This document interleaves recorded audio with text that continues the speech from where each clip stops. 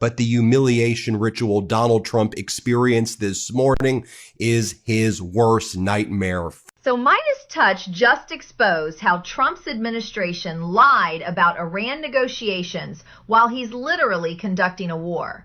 They called out the fake Pakistan meetings before mainstream media caught on, and now we're seeing the diplomatic wreckage. This is exactly why independent journalism matters during wartime. Donald Trump is facing sudden humiliation on Saturday right before the White House Correspondents' Dinner was set to take place. Donald Trump canceled a comedian from hosting the event this year to try to avoid getting made fun of, to try to avoid humiliation. This comedy band speaks volumes about Trump's mental state during active military operations. When you're so fragile that jokes feel threatening while conducting a war, that's not leadership. That's psychological vulnerability that Iran and other adversaries are definitely monitoring. First, in Iran, Iran's foreign minister Araghchi left Pakistan as he said he would without having any meetings at all with Steve Witkoff or Jared Kushner. The foreign minister of Iran previously made it clear, we are not going to Pakistan to meet or negotiate with the United States. The prediction accuracy here is stunning. While CNN and Fox were parroting administration talking points about Pakistan meetings, independent outlets actually verified Iranian positions. This is the difference between stenography and journalism during wartime. Accuracy matters when lives are at stake. We had pre-scheduled meetings with the Pakistani government, and we are going to leave as soon as those meetings are done. And despite the Trump regime promising everybody that there were negotiations that were going to be taking place in Pakistan on Friday, as we said, that was all part of market manipulation Friday. Araghchi left Pakistan, left the Trump regime humiliated, and now Donald Trump is saying the following. Oil futures jumped over 4% Friday on these false negotiation claims. When the president lies about diplomatic progress during war, it's not just propaganda, it's securities fraud. Investors made decisions based on fabricated information about conflict resolution. I've told my people a little while ago they were getting ready to go to Pakistan. And I said, nope, you're not making an 18-hour flight to go there. We have all the cards. They can call us anytime they want. But you're not going to be making any more 18-hour flights to sit around talking about nothing. Classic Trump damage control. Rewrite the timeline after getting caught. Iran's foreign minister never agreed to meet, but Trump's now claiming he called off meetings that were never scheduled. This gaslighting technique works domestically, but destroys international credibility. Donald Trump now frantically calling the media to make excuses why Steve Witkoff and Jared Kushner are not going to Pakistan to meet with their counterparts from Iran after they promised negotiations were going to take place. We at the MeidasTouch Network were saying, don't believe all of the propaganda coming out from the media. It's all a lie. Araghchi says there's no meeting taking place. We were correct, and Donald Trump now has been utterly humiliated. This validates what we've seen repeatedly. Mainstream outlets amplify administration claims without verification, while independent media does actual reporting. The Wall Street Journal and Washington Post ran the Pakistan story uncritically.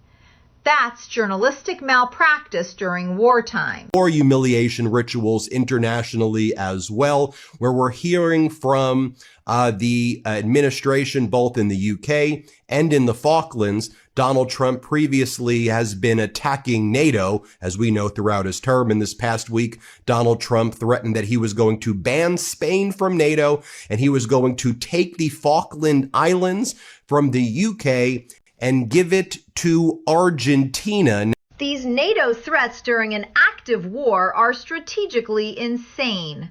Spain hosts critical military bases for Middle East operations. Threatening alliance structure while fighting Iran essentially hands Putin and Tehran their biggest diplomatic victory without firing a shot. Now, the Falklands government is saying, hey, Trump, you're a bully, back the hell off. Also, the United Kingdom is saying, we should probably just reclaim America if you're going to start attacking land that is part of our kind of sovereign sphere of influence. The UK's response is unprecedented. They're publicly mocking an American president during wartime. That signals complete breakdown of the special relationship. When your closest ally treats you like a joke, every adversary notices that weakness. As you probably know, for 1982, there was the Falkland Island War that was fought between the UK and Argentina. After Argentina's dictatorship invaded the Falkland Islands, as recently as 2013, voted to stay with the United Kingdom when there was a national referendum there. The 2013 referendum wasn't close. 99% chose to remain British with only 3 dissenting votes. Trump's essentially threatening to reverse a democratic mandate by military force. That's exactly the behavior America supposedly opposes in authoritarian regimes. Donald Trump and Javier Milei, Donald Trump's little puppet in Argentina, said, okay, we're going to give the Falkland Islands to Argentina. And Javier Milei says, yay, we're going to do this, Donald. It's ours now. And the UK and the Falkland Islands saying, get the hell away, you bully. More international humiliation for Donald Trump. This alliance with Milei against British democracy perfectly exemplifies Trump's authoritarian instincts.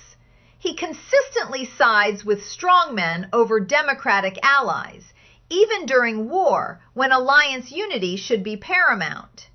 Iran's watching these divisions and capitalizing. In Washington, D.C., before the White House Correspondents' Dinner is set to take place, on multiple buildings in Washington, D.C., there is a projection of Donald Trump and Jeffrey Epstein together, going through Trump and Epstein's very close friendship, close relationship, and going through Donald Trump's cover-up of the Epstein files, the cover-up by the Trump DOJ of a child sex trafficking ring. That's what will greet Donald Trump when he returns to Washington, D.C., if he returns to Washington, D.C. The timing's deliberate, projecting Epstein images while Trump faces Iran war pressure.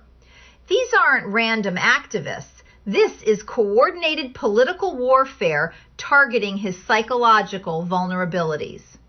The DOJ cover-up allegations add criminal dimensions to his image problems. Because as you'll recall from our reporting earlier this morning, Donald Trump fled Washington, D.C. yesterday, and he's supposed to return to Washington, D.C. today. As we've been reporting and as our sources have been telling us, the pressure for Donald Trump has been so intense. He's been running around the White House panicking, frantically ranting and raving like a lunatic, going on social media, making just despicable, incoherent posts. I'll show you that in a moment as well. A president having panic attacks while conducting military operations should terrify everyone. These aren't anonymous sources. This is documented behavioral evidence of someone psychologically unfit for wartime leadership. His social media meltdowns confirm the reporting. He ran and fled essentially to Mar-a-Lago to hang out there for half of a day. Maybe he wants to go golfing on the taxpayer dime. Maybe he wants to try to grift and do some fundraising for himself. And he's supposed to return today, but we'll see if he ultimately returns today. He's going to be back because you have King Charles, who's going to be in the United States for a state visit on Monday because Donald Trump loves kings. Donald Trump is very much pro-king, but King Charles will be here early next week. Golfing at Mar-a-Lago while troops are under fire in the Persian Gulf epitomizes his priorities. The King Charles visit becomes awkward diplomacy theater when you've just threatened to seize British territory. These optics matter internationally. And as part of the humiliation ritual that we're talking about from Donald Trump, Guess what type of flags were lining Washington, D.C. to celebrate King Charles's arrival in Washington, D.C.? The Australian flag. Yes, folks, the Trump regime does not know the difference between the flag of the United Kingdom and the Australian flag. Confusing British and Australian flags during a royal visit isn't just embarrassing. It signals fundamental incompetence in international relations. When your staff can't distinguish allied flags, how can they manage complex Middle East negotiations? Details matter in diplomacy. What is being reported this morning, but frankly, it's so dastardly and disgusting and vile that, it's, I guess, a humiliation ritual looking internationally at what the United States is doing to its own troops right now. But it breaks my heart to see what's going on right now on our aircraft carriers. As we previously reported aboard the Gerald Ford, Abraham Lincoln, USS Tripoli, our Navy members were basically being starved on these ships. It's no different than the way Donald Trump treats contractors and employees. These are nuclear aircraft carriers conducting active combat operations. The Gerald Ford and Abraham Lincoln are currently launching strikes against Iranian proxies. Starving combat crews while the president golfs represents criminal negligence during wartime. Donald Trump believes our military are a bunch of suckers and losers. That's what Donald Trump refers to them as. And so we reported previously about the food that they were being served, and the Trump regime was like, no, that's not the food. We're giving them gourmet meals, and it's incredible the food that they're getting. Well, new photos have emerged from Newsweek from the USS Abraham Lincoln just this morning, showing service members receiving minimal food portions as reports grow that some troops have lost significant weight and aren't receiving their care packages, while the Pentagon denies any shortages. Newsweek confirming the reporting validates independent journalism over Pentagon denials. When mainstream outlets finally catch up to stories broken by alternative media, it proves the value of skeptical reporting versus government stenography during active conflicts. Well, nice that you asked that question. Dozens of U.S. Air Force planes were seen dumping equipment nonstop in the Middle East. At the same time, Donald Trump was lying about negotiations with Iran taking place in Pakistan, which we told you, don't believe it. It's a total lie. Don't believe any American media that's publishing it. Remember, that's what I've been saying all day. And lots of people are like, oh, Ben, you're being hyperbolic. Are you rooting for Iran, man? Why are you giving Iran side? I'm not rooting for Iran. I'm rooting for the facts. Getting attacked for fact-checking during war shows how propaganda becomes patriotism in authoritarian systems. Verifying government claims isn't anti-American, it's essential journalism. Truth remains truth, regardless of which side benefits from accuracy. And sadly, even the Wall Street Journal editor at large said that it's a sad fact that in this war, in this conflict, the Iranians are giving more truthful information than the Trump regime is giving. That's not to say Iran's giving straight up facts all of the time. They're involved in war propaganda. We get it. But more frequently, when it comes to the negotiations themselves and when they're taking place, it seems that Iran has been actually far more accurate than the Trump regime. When the Wall Street Journal admits Iranian officials are more credible than the American president, that represents catastrophic diplomatic failure. We've lost the information war before the shooting war even escalated. This undermines every future negotiation. As I've said before, every word, every syllable, every sound out of Donald Trump's mouth, even the ums and the ahs and the snoring when he sleeps in public during press conferences, is a complete and utter lie. It's a farce. So what's Donald Trump doing this morning, you ask, in addition to panicking and getting humiliated? Presidential pathological lying during active combat operations endangers American lives. When commanders can't trust intelligence from Washington, tactical decisions suffer. Troops deserve honest leadership, not a fantasist who lies about basic operational facts. As he's there, just think about it. He's in Mar-a-Lago right now, right? He's supposed to be at the White House Correspondents' Dinner tonight, which he's basically ruined the event by banning comedians, right? So he's sitting there, seething, he's angry, and he's going, what should I post? What should I post? Barack Hussein Obama. So he posts this image right here of the reflecting pool in front of the Lincoln Memorial. And he's showing the reflecting pool that I guess looks like it has, that looks a little dirty.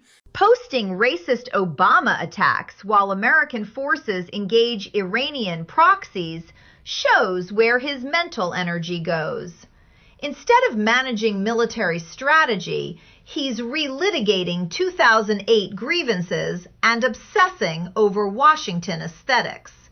This is clinical narcissism during crisis. And then Donald Trump shows what he wants the reflecting pool to look like, because Trump's priority is the reflecting pool now, apparently, after the ballroom was blocked, and he's doing triumphal arches and all of this crap. But that's what he's posting this morning. And then he's sending his sycophants out there like Tammy Bruce, who's one of his spokespeople. Triumphal arches and reflecting pools. Classic authoritarian aesthetics while losing an actual war. Mussolini built monuments. Successful leaders win conflicts. This architectural obsession reveals someone more concerned with image than military effectiveness. She's talking about Prime Minister Keir Starmer, and she's also talking about how the United States should seize the Falkland Islands and give it to Javier Milei in Argentina. How damn embarrassing and pathetic is this? Seizing the Falklands would trigger Article 5 of NATO, meaning war with Britain while already fighting Iran. This isn't just diplomatically insane, it's strategically suicidal. Argentina couldn't take the islands in 1982. They certainly can't now. But yeah, I mean, somewhere Winston Churchill's rolling over in his grave. Yeah, his numbers, when it comes to doing things for the people of his nation, it's a sovereign nation, but the people of his country are also not happy. His approval numbers are not good at all. It's a statement that, no matter where you live and who you are, you want to be secure. You want your leadership to make sure that you can count on tomorrow, that you know what the future will. And here she is attacking NATO, because that's what they do. Here, play this clip. Maybe the dynamic with Spain will change, that maybe we should not maybe they shouldn't be part of NATO anymore. Maybe we shouldn't support a NATO that includes countries that are not supportive. Is that a real possibility? Well, I won't speculate, even on hypotheticals, certainly. But what we do know is that when you've got a force that comes together to be a deterrent, everyone must work together, that it is a partnership. The president has shown people what partnerships can. Anti-NATO rhetoric while fighting Iran serves Russian and Iranian strategic interests perfectly. Putin's been trying to fracture Western alliances for decades. Trump's doing it for free. Every alliance break helps our enemies and isolates American forces. When Donald Trump to again seem like a tough guy while he's getting utterly humiliated because he's a loser and a vile piece of trash and a lifelong loser, what else is he focused on? The Justice Department is announcing that it will readopt the firing squad. Announcing firing squads during a foreign war is pure authoritarian theater. Instead of military strategy, we get domestic intimidation tactics. This signals preparation for internal repression, while external enemies advance their positions. Remember this? And she said, I can confirm that Special Envoy Steve Witkoff and Jared Kushner are off to Pakistan to meet with the Foreign Minister of Iran. And that's why we got out there quick on MeidasTouch Network and we're like, that ain't happening.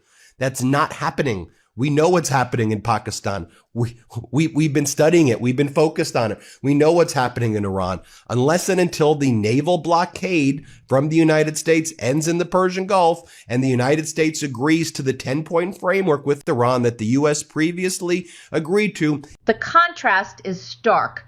Mainstream media amplified false government claims while independent outlets verified reality. Caroline Levitt's detailed lies about Pakistan meetings show systematic propaganda.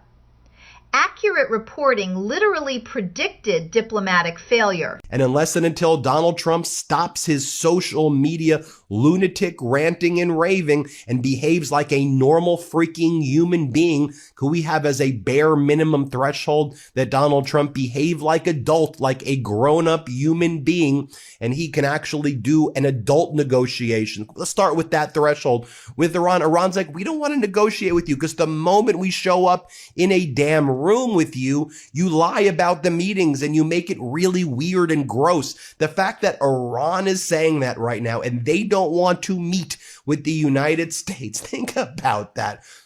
That tells you everything about how weak Donald Trump has made the United States right now. When enemies refuse negotiations because the American president lies compulsively, we've lost diplomatic effectiveness entirely. Iran's saying they can't trust Trump to accurately represent meetings. That's unprecedented weakness for American foreign policy. So can you confirm that Jared Kushner and Steve Witkoff are headed to Islamabad to meet with the foreign minister, Araghchi? Well, thank you, John, for having me. It's great to be with you as always. And yes, I can confirm Special Envoy Witkoff and Jared Kushner will be off to Pakistan again tomorrow morning to engage in talks, direct talks intermediated by the Pakistanis, who have been incredible friends and mediators throughout this entire process, with representatives from the Iranian delegation. Look, the Iranians reached out, as the president called on them to do, and asked for this in-person conversation. So the president is dispatching Steve and Jared to go hear what they have to say. And we're hopeful that it will be a productive conversation and hopefully move the ball forward towards a deal. Levitt's fabricated timeline proves systematic deception. She gave specific details about meetings that never existed. This wasn't spin. It was complete fiction, designed to manipulate markets and public opinion during active hostilities. You think, there are a lot of people who think that reporters shouldn't even go to the dinner because of everything you just delineated, which is just a small fraction of what President Trump has done in terms of his hostility towards the press. Do you think that we shouldn't be going to the dinner? What's your take on all that? Listen, I totally understand going to the dinner as part of the job. Showing face is very important, but I don't think we are obligated to show this administration any respect when they have treated media with maximum malice since Donald Trump entered the U.S. political scene. Every single time he interacts with some journalist in the Oval Office, it is an incredibly combative interaction. The Pentagon is actively removing career journalists and replacing them with MAGA influencers. So I understand showing up. I'm in the industry. It's part of the job to show face, but at the same time, I don't think that we should treat this like it's normal. This is not a normal White House Correspondents' Dinner. It should not be treated as such. Replacing career journalists with MAGA influencers at the Pentagon during wartime represents information warfare against Americans. When military coverage becomes propaganda, the public can't assess war progress accurately. Democracy requires informed citizens. Well, there you have it, everybody. Let me know what you all think. Hit subscribe. Let's get to 7 million subscribers. And thank you all so much for watching. This perfectly captures Trump's wartime failures, diplomatic humiliation in Pakistan, alliance destruction over Falklands, troop neglect on carriers, and systematic lies to markets and media. Independent journalism exposed it all, while mainstream outlets parroted propaganda.